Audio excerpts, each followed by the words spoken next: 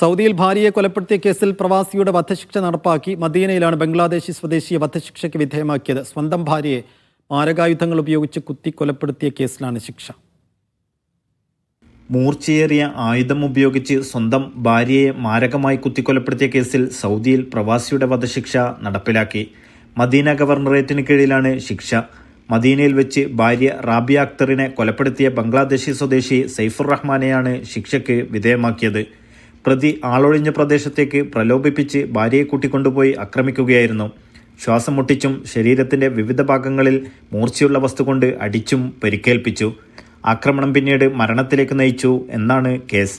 കുറ്റവാളിയെ കേസിന്റെ തുടക്കത്തിൽ തന്നെ അറസ്റ്റ് ചെയ്യാൻ സുരക്ഷാധികാരികൾക്ക് കഴിഞ്ഞു. തുടർന്നുള്ള അന്വേഷണത്തിൽ കുറ്റകൃത്യം ചെയ്തതായി തെളിയുകയും ചെയ്തു. പ്രതിക്കെതിരെ പ്രോസിക്യൂഷൻ സമർപ്പിച്ച തെളിവുകൾ ശരിവെച്ചാണ് കീഴ്ക്കോടതി വധശിക്ഷ വിധിച്ചത്. ഇത് പിന്നീട് മേൽക്കോടതികളും പരമോന്നത കോടതിയും ശരിവെക്കുകയായിരുന്നു.